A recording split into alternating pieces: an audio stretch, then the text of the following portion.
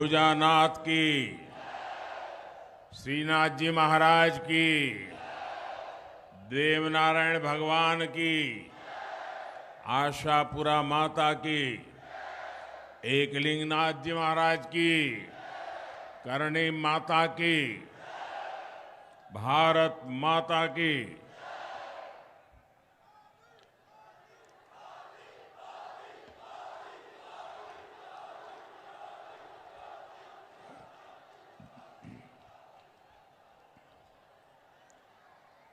कुछ महीने पहले मुझे नाथद्वारा में भगवान श्रीनाथ और मालासेरी में भगवान देवनारायण के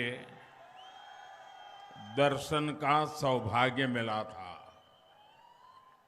आज यहां आप सभी जनता जनार्दन के दर्शन का भी मुझे अवसर मिला है।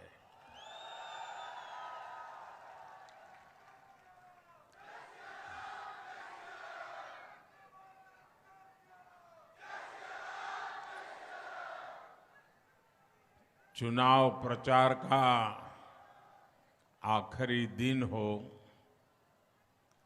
सुबह का समय हो और एक विधानसभा से इतनी बड़ी तादाद में लोग हो,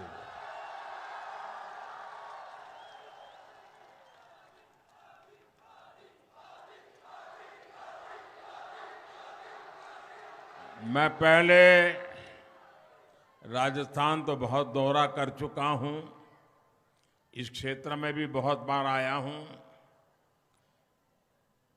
हमारी माताएं बहनें आती थी, लेकिन 5, 10, 15, 20 संख्या में आती थी। आज मैं जितने पुरुष हैं उतनी ही माताएं बहनें यहां देख रहा हूं। और अभी ये समय तो खाना पकाने का समय है। वो खाना पकाना छोड़ करके राजस्थान का भाग्य बनाने के लिए मैदान में उतरी है।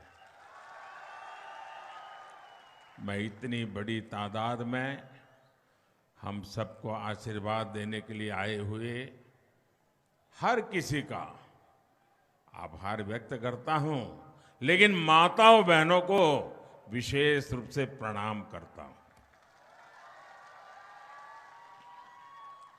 बहुत लोग हैं जो भारतीय जनता पार्टी की ताकत को जानते ही नहीं है।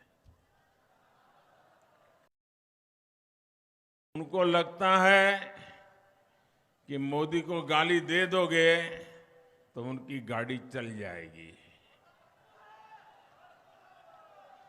लेकिन उनको पता नहीं है ये पार्टी ऐसी है जिसे कार्यकर्ताओं ने अपने खून पसीने से बनाया है। ये पार्टी ऐसी है जिसमें 4 पीढ़ियां खप गई है और एक ही सपना लेकर के, भारत माता की जय। एक ही सपना, एक ही संकल्प, और ये कार्यकर्ताओं का परिश्रम है, ये कार्यकर्ताओं का पुरुषार्थ है कि वो देश के लिए सबसे पहली प्राथमिकता रखते हुए हर जिम्मेवारी को निभाते हैं।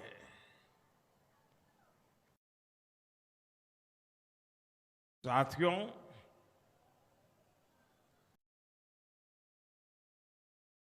आज जब मैं इस सभा में, सभा तो विराट है ही है, माताएं बहनें तो है ही है, चुनाव का परिणाम भी निश्चित है।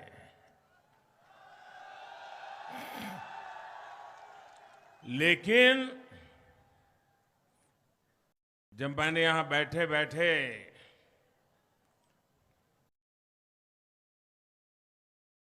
श्रद्धेय देरासरिया जी को देखा,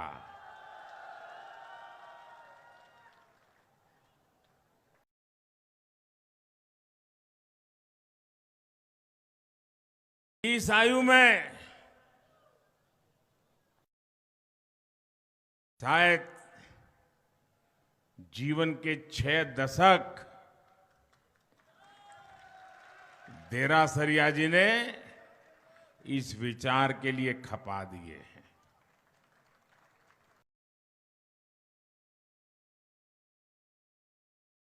और एक कार्यकर्ता के रूप में नीचे बैठ करके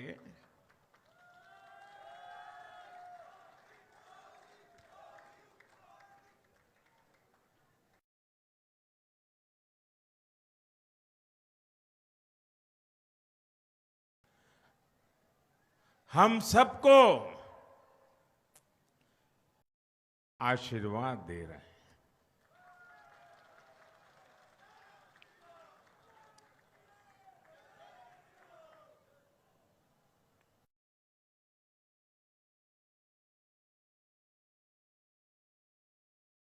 राजस्थान के चुनाव प्रचार का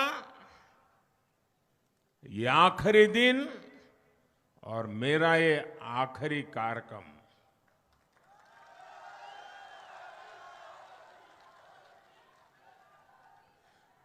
और पूरे अभियान को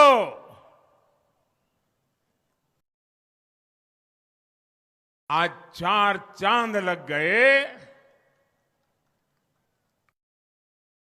जब देरासरिया जी का आशीर्वाद मिल गया।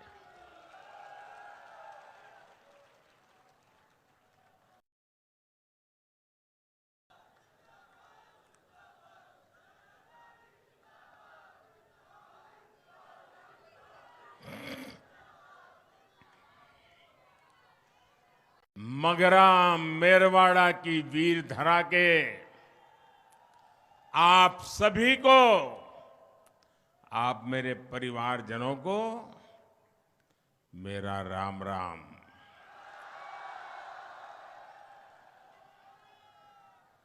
मेरा सौभाग्य है कि इस चुनाव अभियान की आखिरी सभा यहां देवगढ़ में हो रही है। और आज देव उठनी एकादशी है। आज तुलसी विवाह का पर्व है।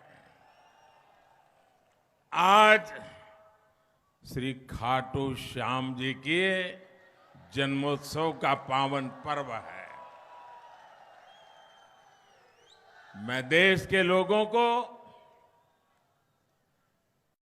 राजस्थान के लोगों को 140 करोड़ देशवासियों की तरफ से बहुत बहुत शुभकामनाएं देता हूं।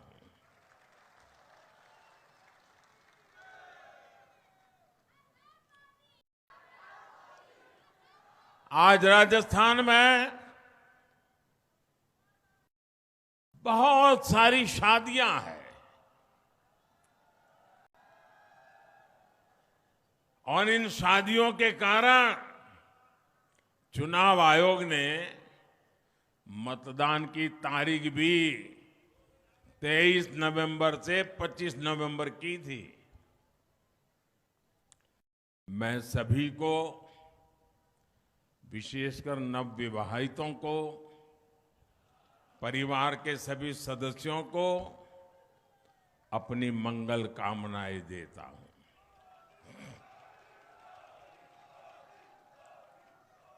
अब इलेक्शन कमीशन ने तो शादियों को ध्यान में रख करके अपनी डेट बदल दी, लेकिन आपकी जिम्मेवारी बढ़ गई है।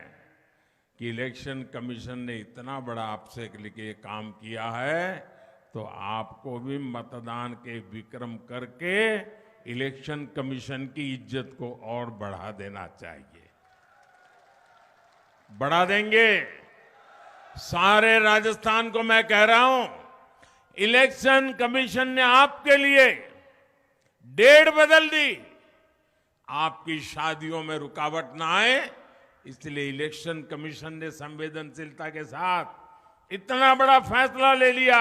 और तब राजस्थान की जिम्मेवारी बहुत बढ़ जाती है कि सारे विक्रम तोड़ करके मतदान करेंगे। क्या आप हर पोलिंग बूथ में पिछले चुनाव से ज्यादा मतदान कराएंगे?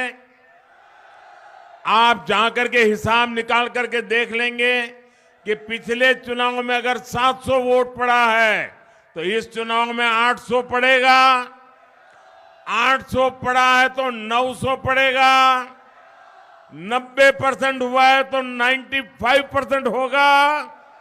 ये पक्का। इलेक्शन कमीशन की हिम्मत बढ़ जाएगी। साथियों, बीते दिनों मैं जहां भी राजस्थान में गया, करीब करीब हर कोने में जाने को मौका मिला। मैंने छोटे छोटे बच्चों की भावनाओं को समझा, माताओं बहनों को सुना, यहाँ के राजनीति के खिलाड़ियों को सुना। हर प्रकार से एक ही गूंज सुनाई देती थी, एक ही बात सुनाई देती है, गहलोत जी, एक ही बात सुनाई देती है, गहलोत जी, कोनी मिले वोट जी, गहलोत जी, कोनी मिले वोट जी। और साथियों, इस चुनाव की एक और खास बात है। राजस्थान के इस चुनाव में हमारी माताओं बहनों और बेटियों ने जिस प्रकार से भाजपा का झंडा उठा लिया है ना, वो काबिल-ए-दाद है जी। मैं देखता ही रह रहा हूं, जहां जहां मेरी नजर जा रही है, माताएं बहनें क्या कमाल कर दिया है। और ये मैंने पूरे राजस्थान में देखा है। राजस्थान की महिलाएं अब कांग्रेस सरकार को एक पल के लिए भी बर्दाश्त करने को तैयार नहीं है। राजस्थान ने आज तक इससे बड़ी महिला विरोधी सरकार नहीं देखी है। इसलिए राजस्थान के जन जन ने कांग्रेस सरकार को उखाड़ फेंकने का संकल्प ले लिया है और अपनी सौगंध का मान रखना, ये तो राजस्थान की धरती की अपनी ताकत है और यहां की जनता उसे जानती भी है। और इसलिए कल मैंने ये डंके की चोट पर कहा है, राजस्थान में इस बार तो नहीं, कभी भी, ये शब्द मेरे याद रखना, देव उठी एकादशी को बोल रहा हूं, देवगढ़ में बोल रहा हूं, इस बार तो छोड़ दीजिए, अब राजस्थान में कभी भी गहलोत सरकार की वापसी नहीं होगी।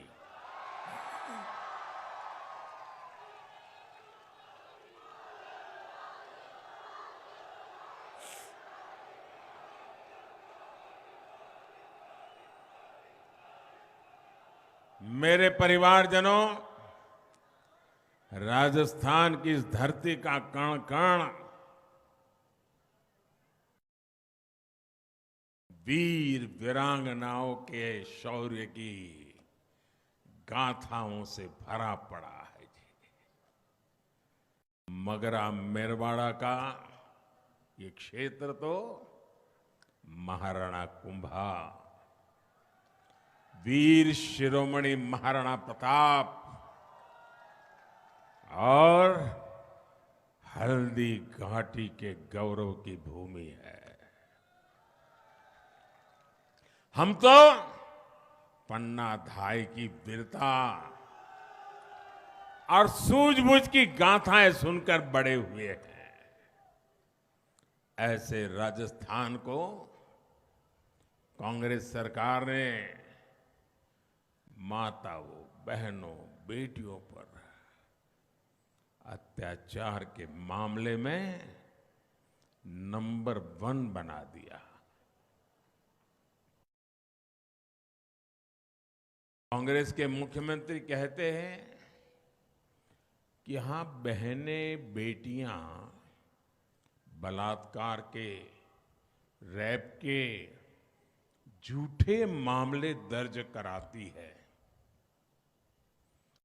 क्या कोई भी राजस्थान का व्यक्ति मुख्यमंत्री की इस बात से सहमत हो सकता है? माताएं, बहनें, कोई सहमत हो सकता है? क्या भारत की कोई भी बेटी, राजस्थान छोड़ दीजिए, क्या कभी भी पुलिस थाने में जाकर के अपने चरित्र पर झूठे आरोप लगाने का काम क्या कभी कर सकती है? अरे मेरा देश तो ऐसा है, चरित्र के लिए जौहर करने के लिए निकल पड़ने की माताओं, बहनों की। आप मुझे बताइए, इससे बड़ा गंभीर कोई आरोप हमारे माताओं, बहनों पर हो सकता है? क्या इससे बड़ा कोई गंभीर आरोप हमारे संस्कार पर हो सकता है? क्या कभी इससे बड़ा गंभीर आरोप हमारी संस्कृति पर हो सकता है? क्या कभी इससे बड़ा कोई आरोप हमारी परंपरा पर हो सकता है? जिन्होंने ऐसा आरोप लगाया है, उनका क्या करोगे? क्या करोगे? क्या करोगे? क्या करोगे? ये चुनाव उनको सजा देने का चुनाव है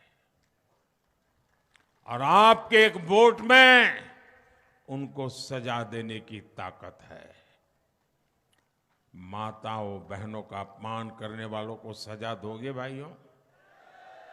उनको सजा दोगे?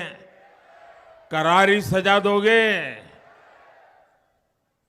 और गहलोत जी के एक सबसे करीबी मंत्री क्या कहते हैं? वो कहते हैं कि राजस्थान मर्दों का प्रदेश है, इसलिए महिलाओं पर अत्याचार को वो वाजिब बताते हैं। मैं जरा आपका गुस्सा देखना चाहता हूं। जिस दिन से मैंने सुना है ना, मैं मेरे गुस्से को काबू में नहीं रख पाया हूं।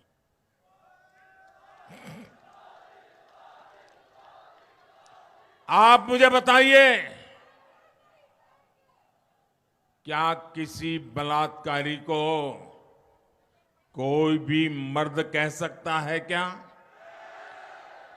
उस पुरुष की सगी मां भी उस बेटे को भी मर्द कहेगी क्या? क्या ये मर्दों का अपमान है कि नहीं है? ये हमारे देश की मर्दानगी का अपमान है कि नहीं है? क्या ये बात ऐसे ही सुनकर के राजस्थान का पानी इसको सह सकते हैं? सह सकते हैं? उपाय क्या है? उपाय क्या है? उपाय क्या है? सजा दीजिए दोस्तों, सजा दीजिए। ये सिर्फ सरकार बदलने का मुद्दा नहीं है, ये कांग्रेस के लोगों को सजा करने का मुद्दा है। और वोट देकर के सजा कर करके राजस्थान ने दिखा देना चाहिए।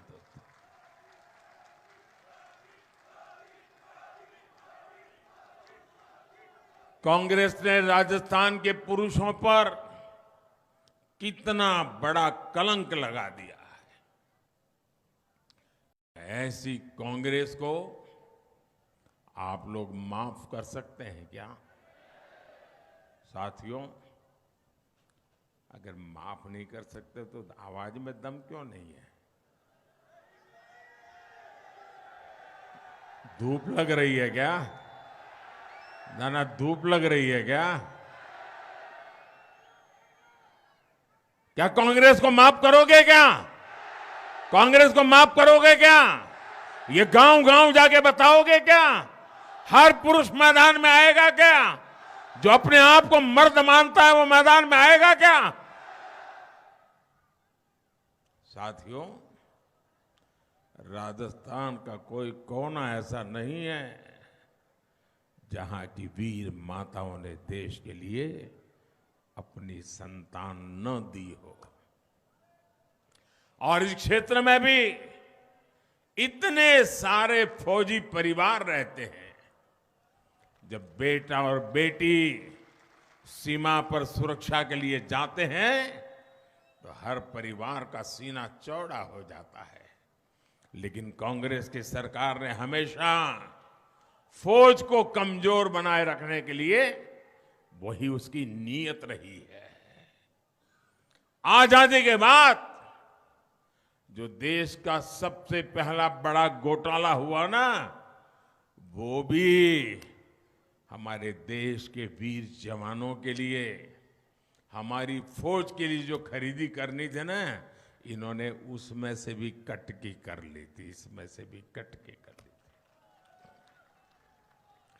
बॉफोर्स घोटाले को भी ये देश कभी नहीं भूल सकता। कांग्रेस ने सबमरीन में घोटाला किया, कांग्रेस ने हेलीकॉप्टर में घोटाला किया। जल हो, नभ हो, थल हो, जहां जाओ कांग्रेस का पंजा एक ही काम करता है, लूटो। और मैं आज आपको बता दूं, अगर ये कांग्रेस सरकार 13 में न गई होती तो हमारे तेजस जो फाइटर प्लेन बनाए ना, आज आसमान की ऊंचाइयों को छोड़ रहे हैं, वो तेजस फाइटर प्लेन भी कागजों पर ही रह जाते, देश के जवानों को नहीं मिलते। कांग्रेस कभी नहीं चाहती थी कि तेजस अपनी उड़ान भरे। इस बहाने भी कांग्रेस ने देश में बड़ा घोटाला करने की फिराक में बैठी थी कि अगर हमारा विमान नहीं बनेगा तो बाहर से लाएंगे, कटकी काटेंगे, बस पीढ़ी दर पीढ़ी खाते जाएंगे। साथियों, कांग्रेस ने फौजियों को किस तरह धोखा दिया है, इसका एक उदाहरण वन रैंक वन पेंशन भी है। कांग्रेस सरकार सिर्फ 500 करोड़ रुपए रखकर झूठ बोलती थी कि ओआरओपी लाएंगे, और उनके नेता तो एक पूर्व फौजियों के बीच जाकर के फोटो निकलवाते थे, और ऐसा जैसे ओआरओपी आ गया, ओआरओपी आ गया। 500 करोड़ रखा था। ये भाजपा सरकार है जिसने आपसे गारंटी की थी ओआरओपी की, वो गारंटी पूरी कर दी, वायदा पूरा कर दिया। जहां कांग्रेस सरकार वन रैंक वन पेंशन पर 500 करोड़ रुपया खर्च करने की बात कर रही थी, उनकी सोच भी इतनी सीमित थी। आज हमने लागू करने के बाद 90,000 करोड़ से भी ज्यादा। कितने? जरा बोलिए, कितने? कितने? कितने? 90,000 करोड़ से ज्यादा मेरे जवान परिवारों को पहुंचा दिए हैं। जब नीयत साफ होती है, जब इरादे नेक होते हैं, तो काम भी ऐसे मजबूती से होते हैं। साथियों, ये चुनाव सिर्फ विधायक, मंत्री या मुख्यमंत्री बनाने का नहीं है। ये चुनाव विकसित भारत के लिए विकसित राजस्थान की ठोस आधारशिला रखने का चुनाव है। यह आधारशिला कांग्रेस शासन वाले डर, भय, लूट, धोखा, अत्याचार, प्रताड़ना के माहौल में नहीं बनती। इसलिए राजस्थान से कांग्रेस का सुपड़ा साफ होना जरूरी है। और अभी अभी दिवाली गई है। दिवाली में हमारी माताएं बहनें सफाई करती है ना, हर कोने में सफाई करती है। कोने में भी कूड़ा कचरा रहना नहीं चाहिए। करती है कि नहीं करती है? क्योंकि दिवाली मनानी है, 25 तारीख को भी दिवाली मनानी है। ऐसी सफाई करो, ऐसी सफाई करो, किसी कोने में भी कांग्रेस बचनी नहीं चाहिए। पक्की सफाई करोगे? हर कोने में करोगे? हर गांव में करोगे? हर बूथ में करोगे? पूरा क्लीन स्वच्छता अभियान। कांग्रेस ने दंगों में राजस्थान को नंबर 1 बनाया।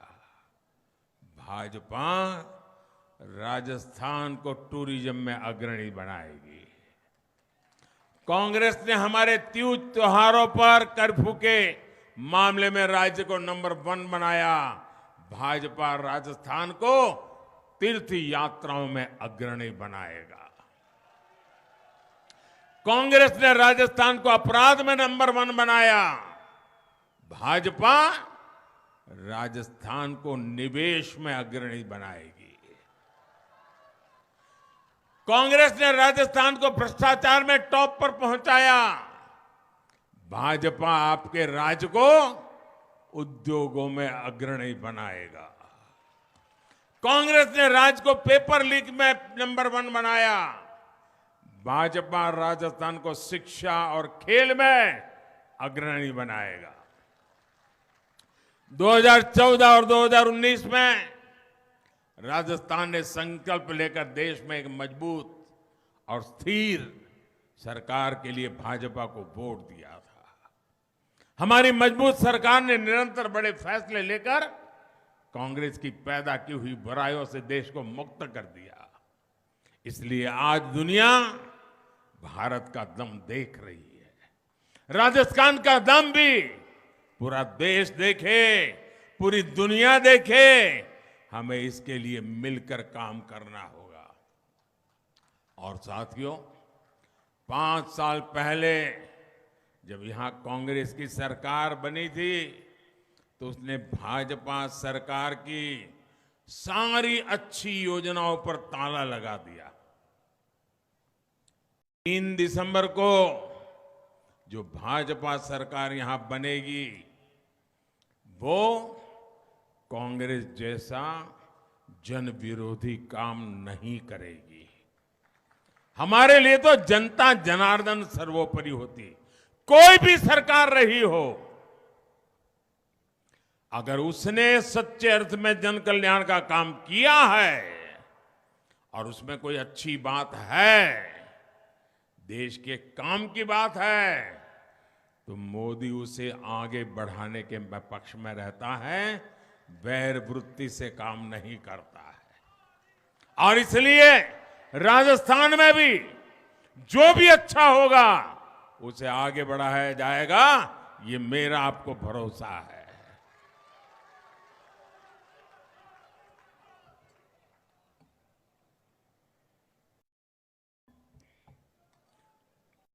हाँ, उसमें भ्रष्टाचार के लिए जो खिड़कियां रखी होगी ना, वो मैं बंद कर दूंगा। आप याद रखिएगा, आप ये पक्का याद रखिएगा, और देवगढ़ वाले तो भूलेंगे नहीं, मुझे मालूम है। जहां कांग्रेस से उम्मीद खत्म होती है, वहां से मोदी की गारंटी शुरू होती है।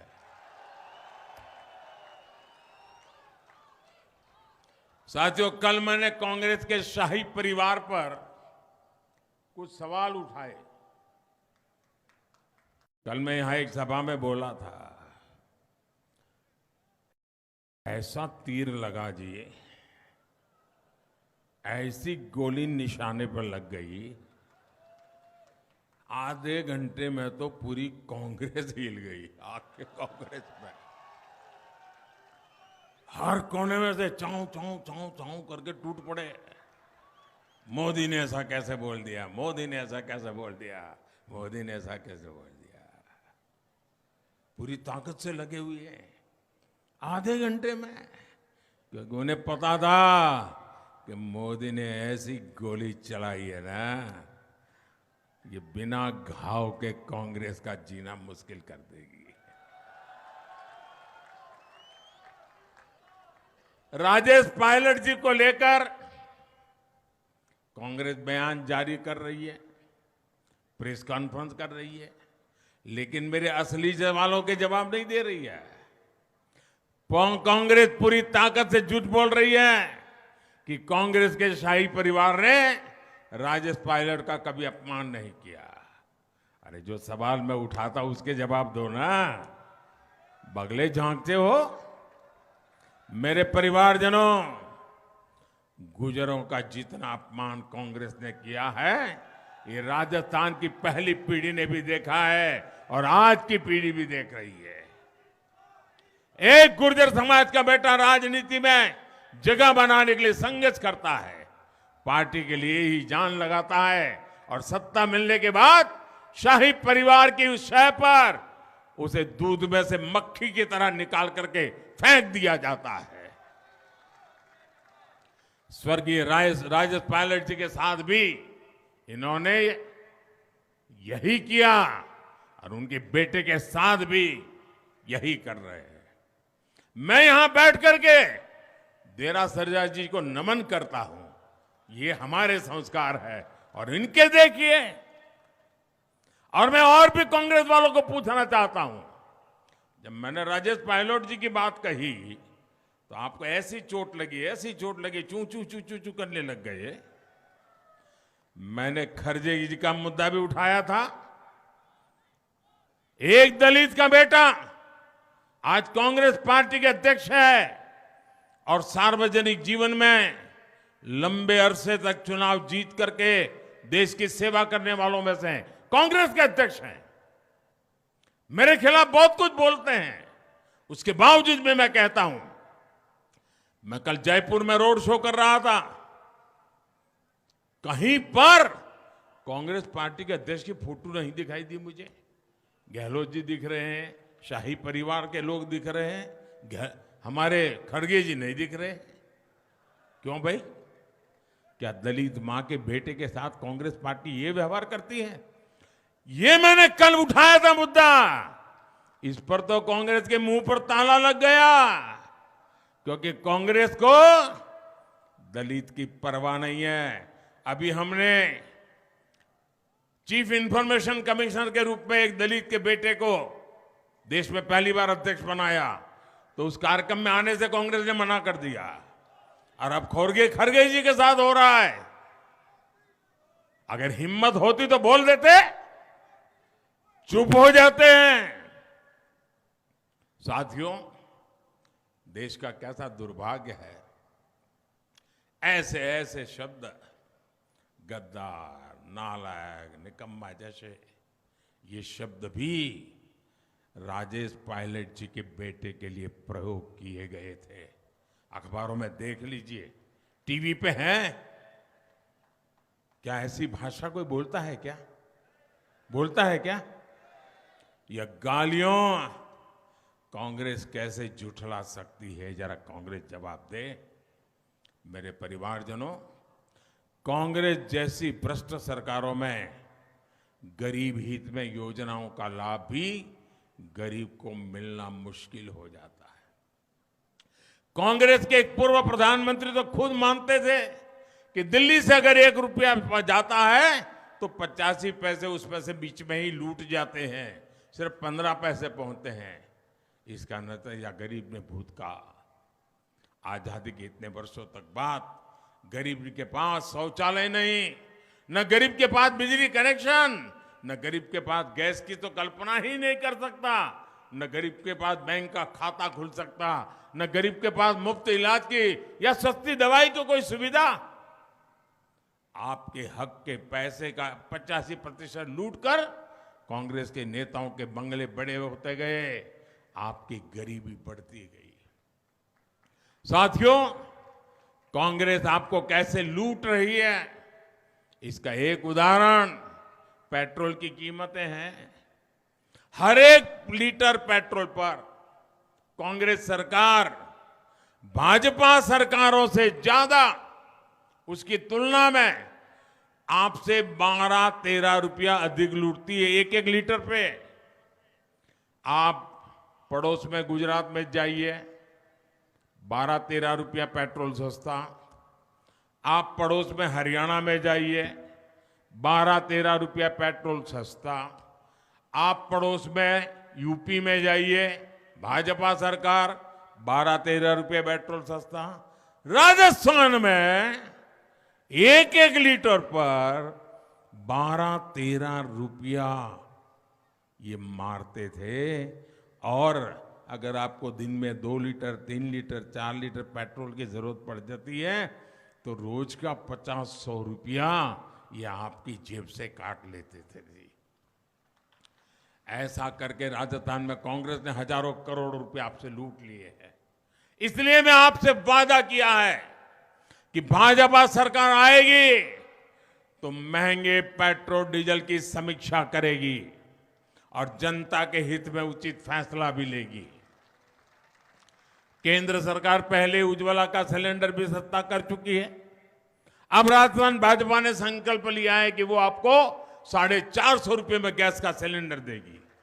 भाजपा की डबल इंजन सरकार का लाभ लेने के लिए आप तैयार रहिए। 3 दिसंबर दूर नहीं है, कांग्रेस जा रही है। भाजपा, कांग्रेस, भाजपा। साथियों, कांग्रेस के नेताओं का सपना सिर्फ अपना अपना परिवार है, जबकि मोदी अलग मिट्टी से बना हुआ है। आप ही मेरे परिवारजन है और इसलिए मेरे लिए तो आपका सपना ही ये मोदी का संकल्प है। आपकी हर चिंता मोदी की चिंता है। कोरोना के रूप में 100 साल की सबसे बड़ी आपदा मानवता पर आई। देशवासियों का जीवन बचे, इसके लिए हजारों करोड़ रुपए मुफ्त खर्च करके मुफ्त टीकाकरण कराया। कांग्रेस के राज में गोदामों में अनाज सड़ता था और गरीब भूखे मरता था। मैंने गोदामों के दरवाजे गरीब के लिए खोल दिए, अन्न के भंडार खोल दिए। आज देश में दुनिया के इतिहास की सबसे बड़ी मुफ्त राशन की योजना चल रही है। 80 करोड़ लोगों को 3 साल से उनकी थाली भरने का काम मोदी कर रहा है। उसका चूल्हा बुझने नहीं देता है। और ये दिसंबर में योजना खत्म होने वाली थी, लेकिन आपके आशीर्वाद से और देवगढ़ की भूमि में आया हूं तब मैं कहना चाहता हूं, मैंने संकल्प कर लिया है कि इसे 5 साल और बढ़ाऊंगा। 5 साल और मुफ्त राशन पहुंचाऊंगा। देश के इतिहास में पहली बार किसानों के लिए पीएम किसान सम्मान निधि से योजना बनी। अभी तक 3.25 लाख करोड़ रुपए किसानों के बैंक खाते में जमा हो चुके। 3.25 लाख करोड़ रुपया किसानों के जेब में गए हैं। राजस्थान भाजपा ने इसे डबल इंजन यानी 12,000 रुपया करने का संकल्प लिया है। अब 6,000 होकर के 12 हो जाएगा। साथियों, मोदी अपना घर बनाने के लिए नहीं बल्कि देश के गरीब, मध्यम वर्ग, दलित, ओबीसी, आदिवासी का घर बनाने के लिए निकला है। मेरे जीवन का ये बड़ा बहुत संतोष है कि आज जब भगवान राम का अपना घर बन रहा है तो साथ साथ 4 करोड़ से अधिक गरीब परिवारों के भी पक्के घर बन रहे हैं। ये कांग्रेस की सरकार ने रोड़े अटकाए हैं, लेकिन भाजपा सरकार बनते ही हर गरीब को पक्के घर मिलना शुरू हो जाएंगे। हम 100% लाभार्थी को हर योजना से जोड़ने के लिए लक्ष्य पर काम कर रहे हैं। बहुत ही जल्द एक मोदी की गारंटी वाली गाड़ी आपके यहां भी आएगी। अभी हिंदुस्तान में जहां चुनाव नहीं है वहां मोदी की गारंटी वाली गाड़ी घूम रही है और हर घर जाकर के, हर मोहल्ले में जाकर के जो जो योजनाएं हैं, अगर किसी को नहीं मिलती हो खोज करके उसकी सूची बना रहे हैं ताकि उनको योजनाएं पहुंचा सके। ये काम मोदी की गारंटी करती है।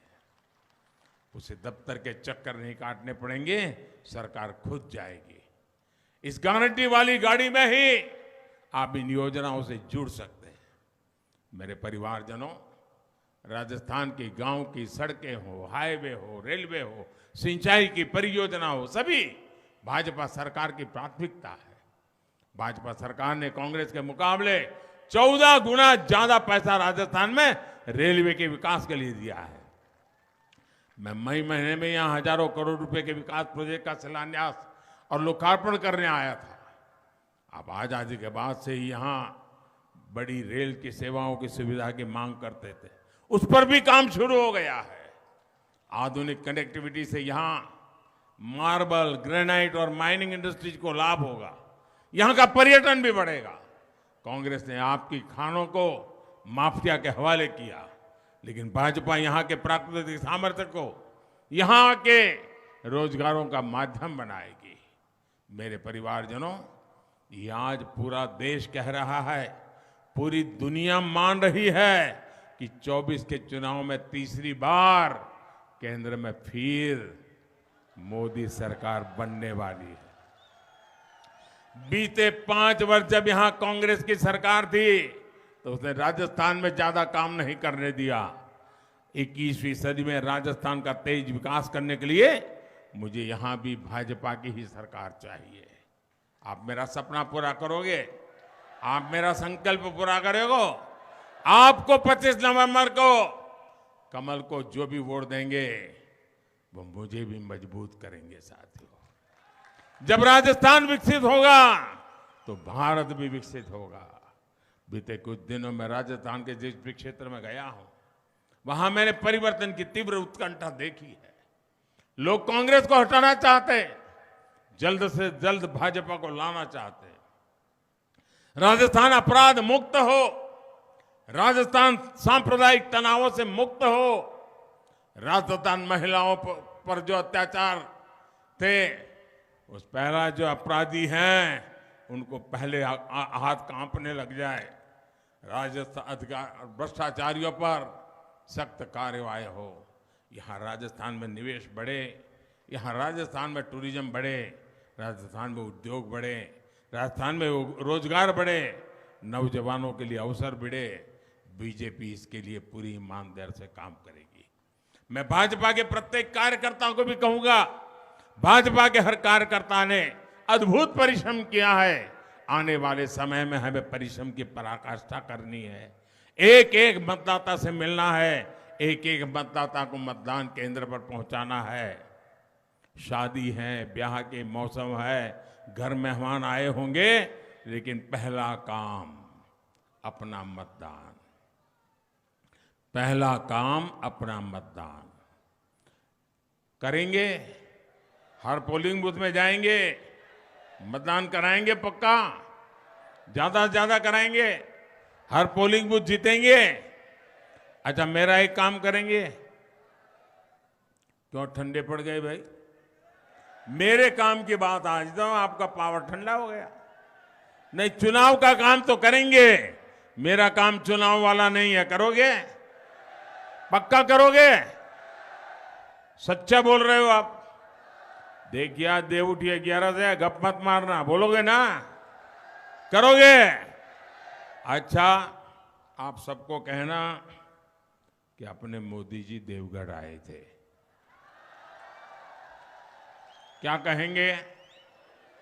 क्या कहेंगे? ये मत कहना कि प्रधानमंत्री मोदी आए थे।